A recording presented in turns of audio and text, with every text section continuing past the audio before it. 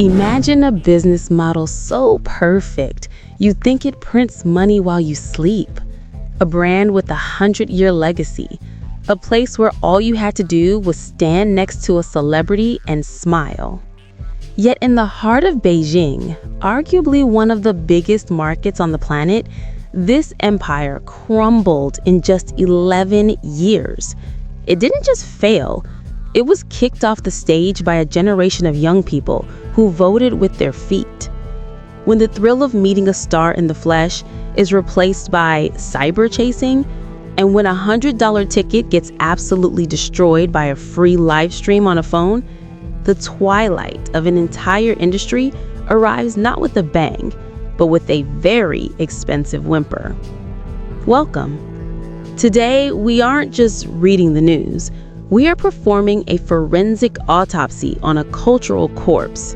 We need to talk about Madame Tussauds Beijing. It's gone. Shut down. Kaput. The official announcement was beautifully polite, full of corporate jargon like lease expiration and strategic brand adjustment. Let me translate that into plain English for you. They were losing their shirts. They couldn't pay the landlord. It was a strategic retreat to stop the financial bleeding. But let's look past the PR spin. This step down was a staircase made of burning cash. Remember 2014 when this place opened as the largest branch in Asia? It was absolute chaos. People were packed in like sardines in a tin can. Scalpers were flipping tickets for triple the price, and people were fighting to buy them. So how do you go from that to daily foot traffic of barely 100 people? How do you reach a point where you can't even cover the rent just by opening your eyes in the morning? This isn't just bad luck. It's a tragedy of runaway costs and a dinosaur business model getting run over by the bullet train of the modern era. Let's run the numbers, shall we? And fair warning, the math is ugly. First, the location. Qianmen Street, the feet of the imperial city. This isn't just prime real estate. This is the Golden Mile. We are talking about rent that would make a banker weep. Industry estimates put the rent there at astronomical levels. For a 3,000 square meter venue, you're looking at an annual rent of 16 to 27 million RMB. That means every single morning, before they even unlock the front door or turn on the lights, they already owe the landlord between 44,000 and 74,000 RMB. That's just to exist. And then there are the residents, the wax figures. You think that's just fancy Play-Doh? Oh honey, no. These are artisanal luxury goods, imported from the UK, real hair implanted strand by strand, eyeballs that cost more than a designer handbag. One wax figure costs over 1.5 million RMB to produce. That's a luxury sports car parked in the hallway. And they are high-maintenance divas. They hate the heat, they hate the humidity, and they hate being touched. You need constant climate control and a team of makeup artists just to keep Brad Pitt looking like Brad Pitt. Add it all up, rent, staff, utilities, marketing, and operating this place costs over 30 million a year. To break even, they needed 80,000 RMB a day. Did they? Not even close. By the end, with maybe 100 visitors a day, mostly on discounted tickets, they were bringing in peanuts, maybe 20,000 RMB. Do the math. Costs, 80,000. Revenue, 20,000. They were setting fire to 60,000 RMB every single day. That's not a business, that's a bonfire. When the lease expired, it wasn't a tragedy, it was a mercy killing. But the money is just the symptom. The disease was the model.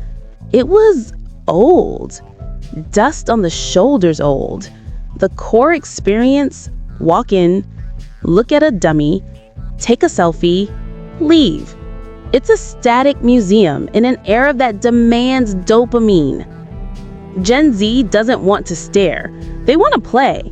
They'd rather spend $300 to be the protagonist in an immersive theater production, or scream their lungs out in an escape room, or cast spells at Universal Studios. Those experiences give you social currency. You can post that on Instagram or WeChat and look cool. Posting a poster with a wax statue that looks a bit stiff is equivalent to a do not disturb sign. It's low-value content. And let's be honest, the star power card is dangerous to play these days. A wax figure takes 6 months and millions to build. In that time, your top idol might get canceled for tax evasion, a scandal, or just being annoying.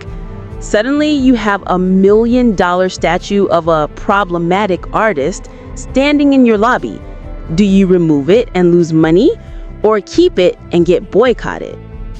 And plus, the mystery is gone.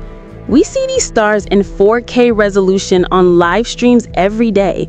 We see them brushing their teeth on TikTok. Why pay to see a wax version that, let's be real, sometimes looks like a middle-aged security guard rather than the actual actor? The fans took one look and said no thanks. The final nail in the coffin came from their own family. Merlin Entertainments, the parent company, they're bleeding money globally, nearly £500 million in losses. They looked at the books and saw two paths: the dying wax museums or the booming Legoland parks. Legoland is family money. It's repeat business. It's selling toys. It's the golden goose. The wax museum, it's the sick relative draining the bank account. So they cut the cord. Beijing and Chongqing are closed.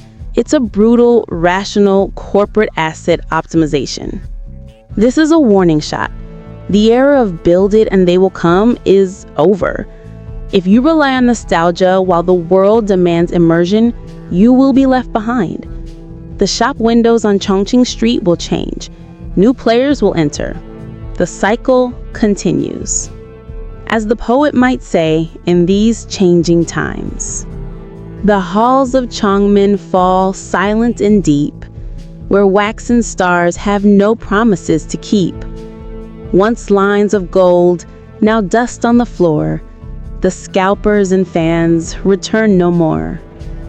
Carved with precision, yet burdensome weight, losing fortunes daily, sealing their fate. For the world moves fast and the idols have flown, leaving static figures on a cold, empty throne. A century of fame cannot pay the rent when the passion is gone and the money is spent. The tide has turned, re-exhibit is done. The era of stillness has lost to the sun. That is the story for today. Thank you for watching and listening to this deep dive. We will see you in the next video. Goodbye.